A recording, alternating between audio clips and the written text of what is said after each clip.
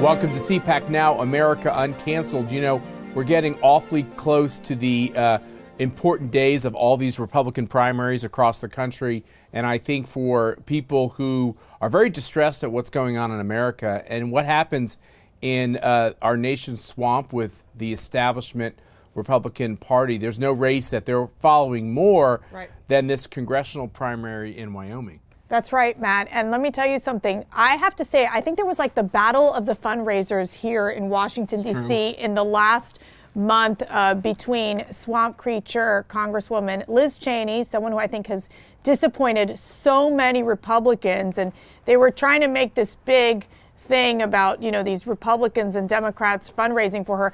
But then we had the even better fundraiser for the next Congresswoman from Wyoming, Congresswoman Harriet Hageman. Harriet, thank you for being on. I was already going to call you Congresswoman. I jumped the whole entire election.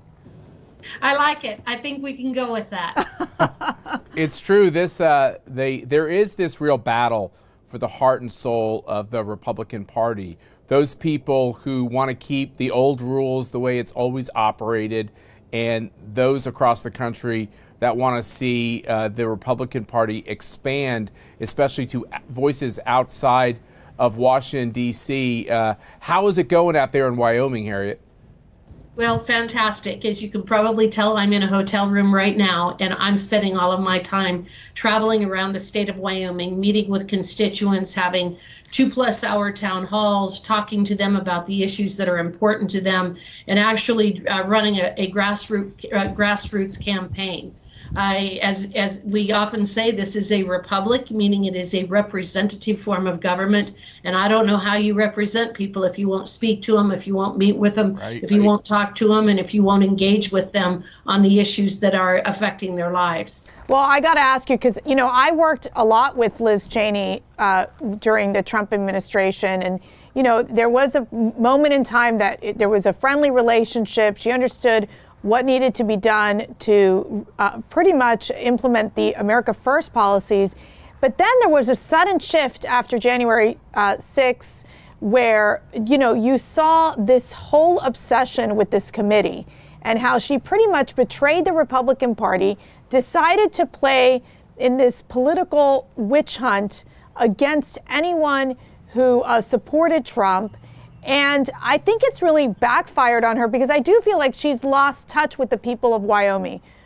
Your thoughts? Well, there's no question, and that is how the people of Wyoming feel. The fact is that Wyoming only has one congressional representative, and I've been meeting with people all over this state who actually need to have representation in Congress, and we feel like we are completely bare, that we do not have anybody who is pursuing our agenda, that is addressing our concerns, that is actually resolving the problems that we have.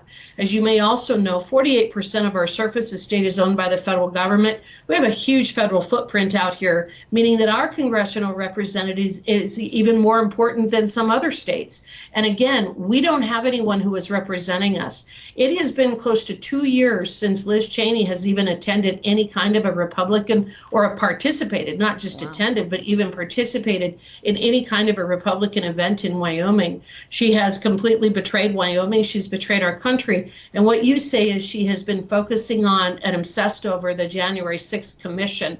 A commission that has no Republican representation on it. It was not properly put together because the minority, Leader McCarthy, was not able to appoint anyone. Everyone on that committee was appointed by Nancy Pelosi. We know that it is an agenda-driven commission. They've admitted that. They have come out. Liz Cheney herself has come out and said that the purpose of this committee is to make sure that Donald Trump never gets near the Oval Office again. Right. We didn't send her to Washington, D.C. for that purpose. We sent her to represent Wyoming. And there are so many issues. Look at the inflation. Look at the issues associated with our fossil fuel industry. She's not addressing those issues. She's focusing solely on an effort to try to destroy President Trump and his supporters.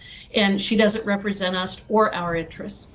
Yeah, that's true. And I know you know this, Harriet, but the American Conservative Union Foundation, CPAC's foundation, is raising money to pay for the fees associated with defending the constitutional rights of these people who get canceled, including the people who are getting canceled for simply going and supporting Donald Trump. And it's really an alarming thing that's going on in this country, this intolerance. They called parents domestic terrorists, the Biden administration did, for trying to show up to hearings to question about what was being shown in schools. And now you have this idea that we're domestic terrorists or insurrectionists if we believe in voter ID and photo ID. What's the insanity of using these slurs to really malign American citizens? Well, Matt, what you're pointing out is that words matter.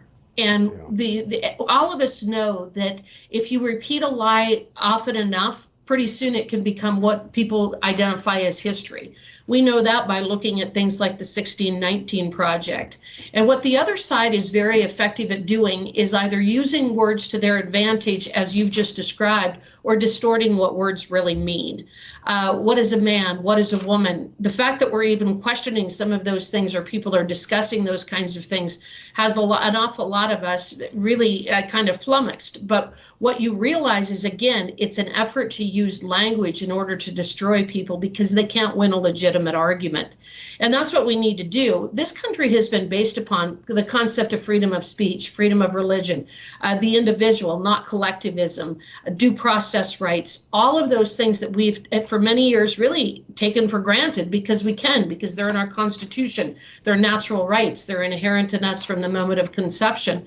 Yet all of a sudden, we've got these radicals in Washington, D.C., and it is spreading out throughout the country. And it is this idea of using language to destroy people and to try to shut down the debate because they can't win the debate. We don't need first graders to be indoctrinated into some of the political lies that they want to tell, or some of the sexual grooming that we're seeing going on. And again, this is why we are at such an important moment in time, and it's why Wyoming needs to have that voice back in Congress, and we don't. And as I travel the state, those are exactly the kinds of issues that people are raising with me.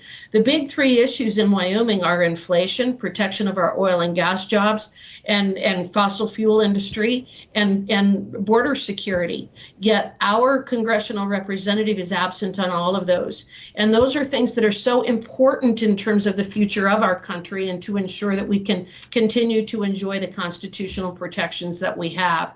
So what this is it's not an effort to have the discussion or the debate or to have both sides present what their story is or to present their arguments. It is to prevent us from actually having a voice at all.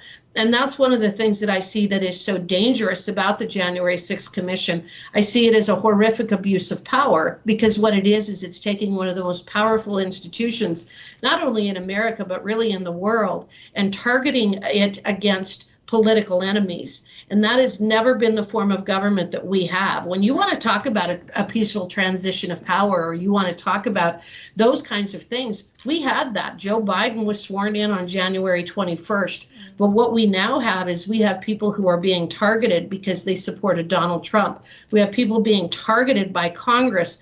It's a legislative branch. It is not a prosecutorial branch.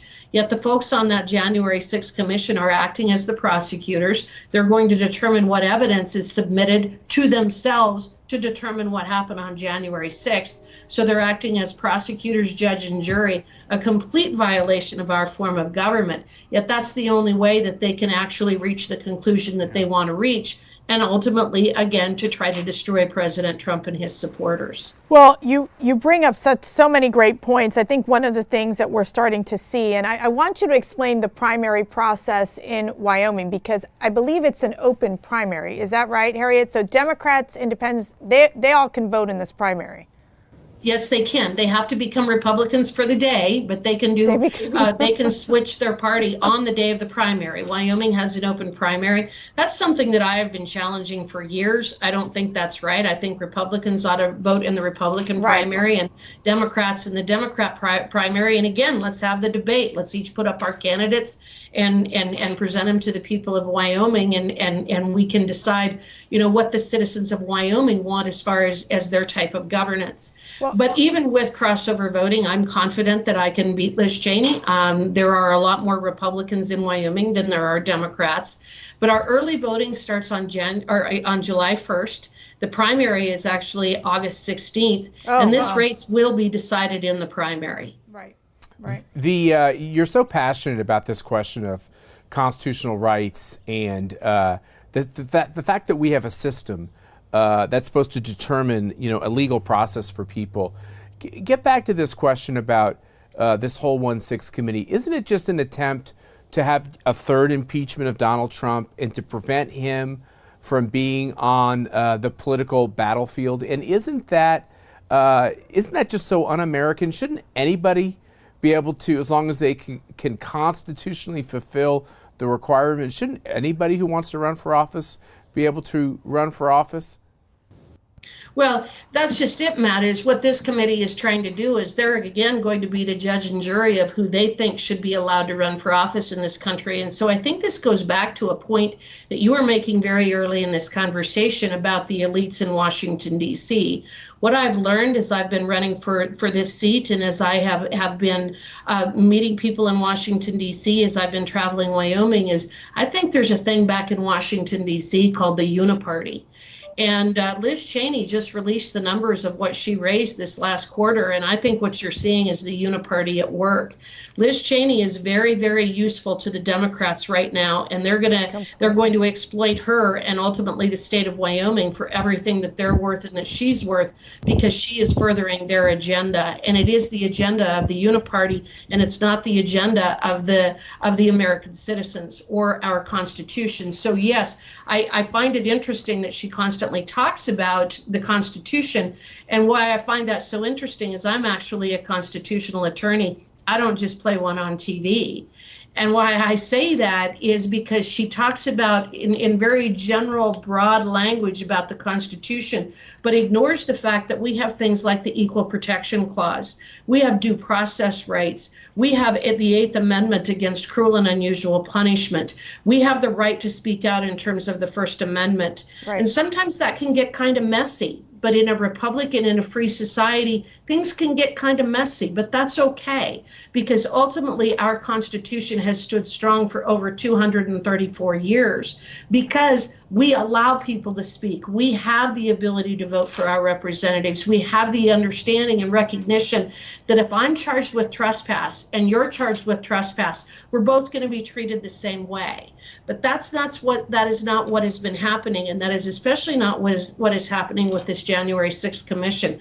I've been constantly amazed at how unbelievably hard these people are and how desperate they are to paint people with such broad and ugly brushes, simply for exercising their First Amendment rights or running for office or believing differently than they do. And it's very contrary to our form of government and in our Constitution and the way that we've run this country for, again, well over 200 years. They're heading down a really road, in my opinion, in that regard. We need to get this country back on track, and it's to stop these kinds of investigations like you see with January 6th, which is just purely to punish political enemies. Yeah, well, I say at least investigate Hunter Biden. How about that? But I got to tell you, you're right. I think you ask anyone in Wyoming, and you would say January 6th Commission. Do you want to talk about that, or do you want to talk about how high your gas prices are, how high your food prices are, and the major concerns that we've seen of our children really suffering because of all the COVID lockdowns? And I got to tell you, those parents, the communities, they're all like, why are we even talking about the January 6th Commission when we need to be focusing on these other issues that matter? I just want to ask one more question on, you wrote an op-ed piece on the importance of energy independence, why energy security is national security. This is obviously an issue very important in Wyoming, but also nationally.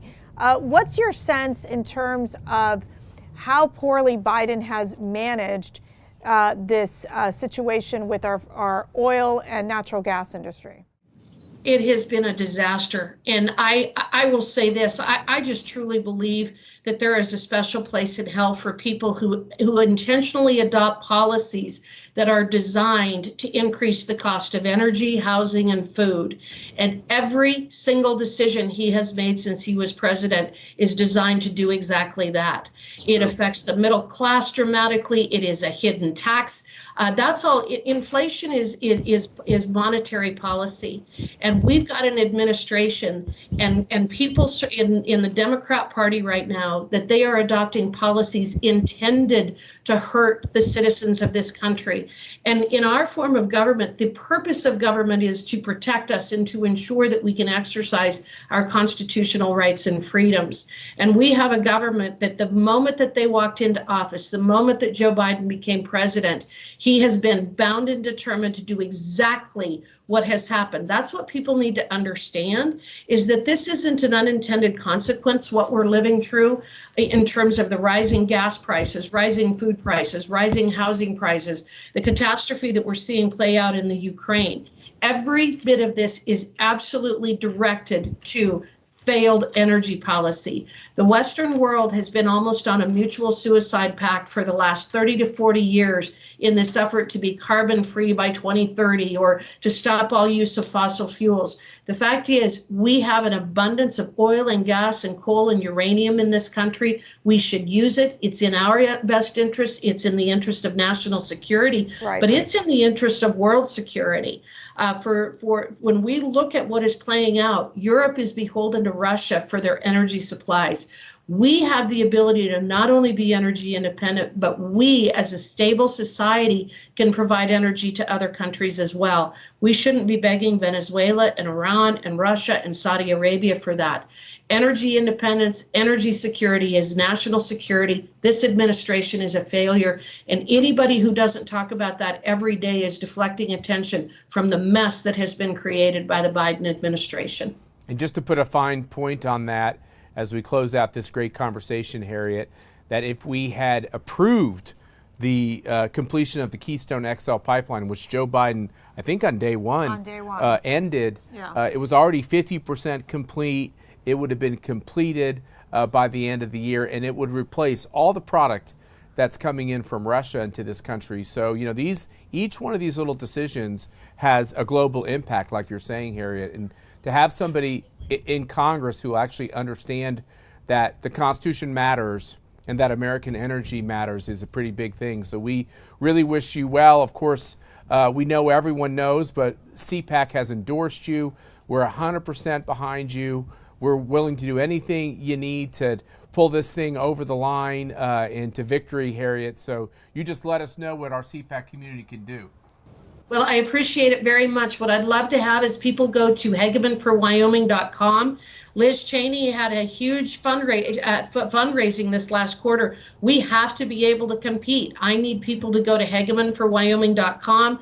Please donate if you can, any amount of money, $50, $100, maxing out, whatever people can do. It would be absolutely fantastic. But we have to take this country back, and we have to do it by taking control, by taking it back from the uniparty and people like Liz Cheney who are not keeping their eye on the ball, deflecting attention from the real issues, not representing Wyoming. I want to thank you for everything you've done for me, hegemonforwyoming.com. And I just want to say thank you for what you do, getting the message out, fighting these battles, helping us to actually get to people and have the opportunity to get our message out there throughout the country, because this is a very important race. But my goodness gracious, this election in November of this year, or August in my case, is just critical that we win. So thank you for everything that you do. Thank you, Harriet. And we're going to be right back to CPAC Now America Uncanceled after this short break.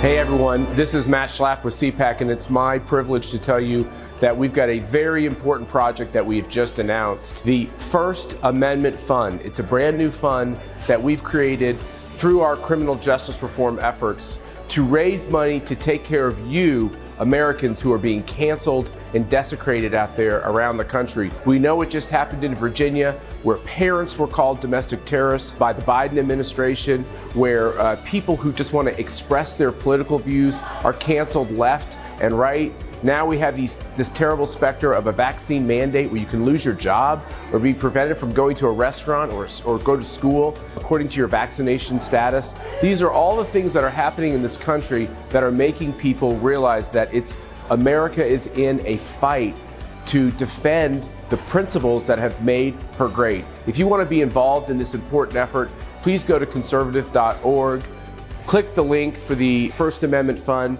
Please donate to this C3 to help these victims across the country, including those who are just involved in politics, to make sure they have the legal representation they need to be able to live their great American life.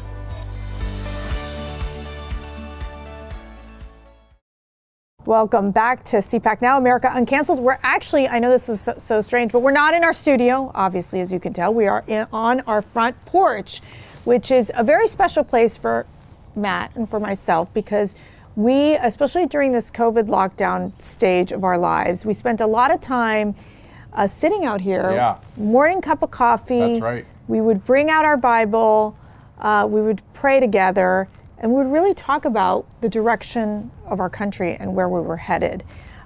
So we thought for Holy Week it would be nice to bring you all into our home.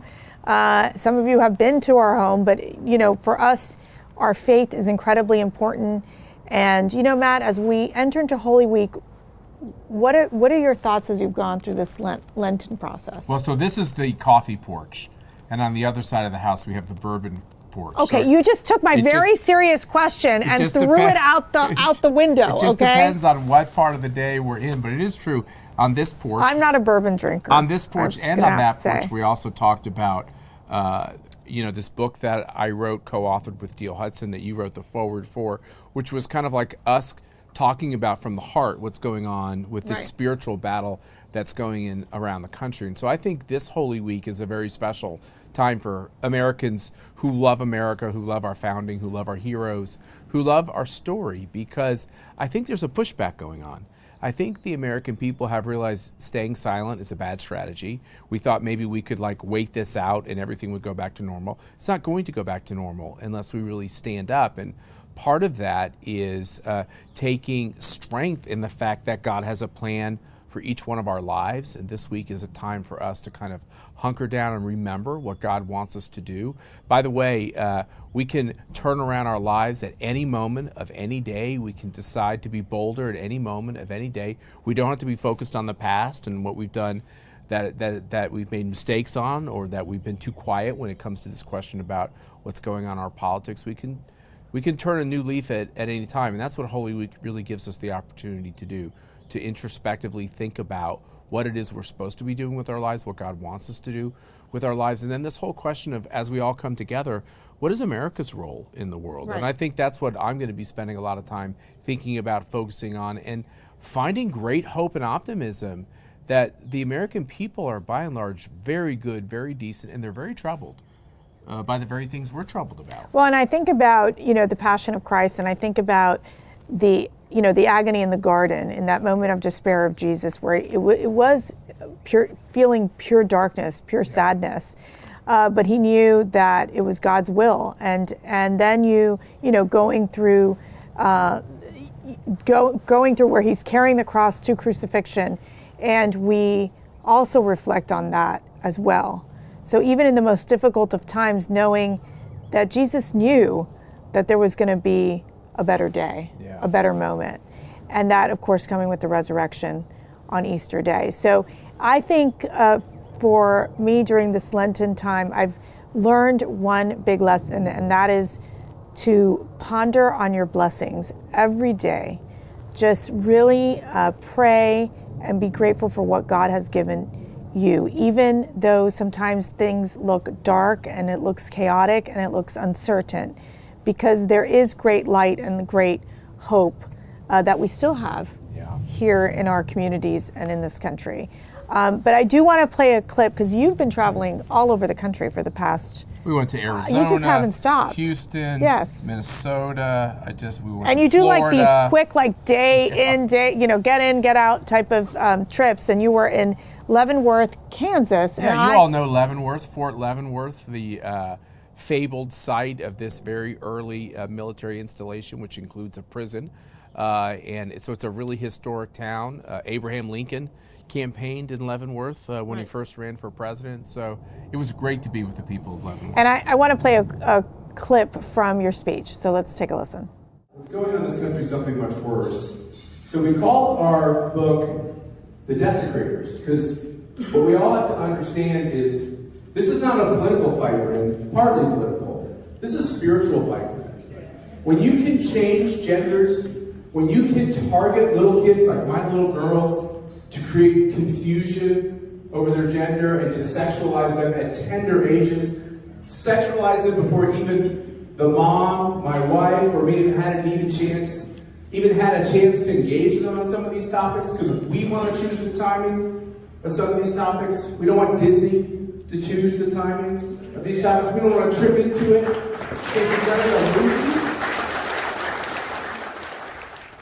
Who was that handsome devil? Not Joe Biden, that's for sure. And obviously I'm talking Leavenworth, Kansas, okay, just to be clear. So that's my home state.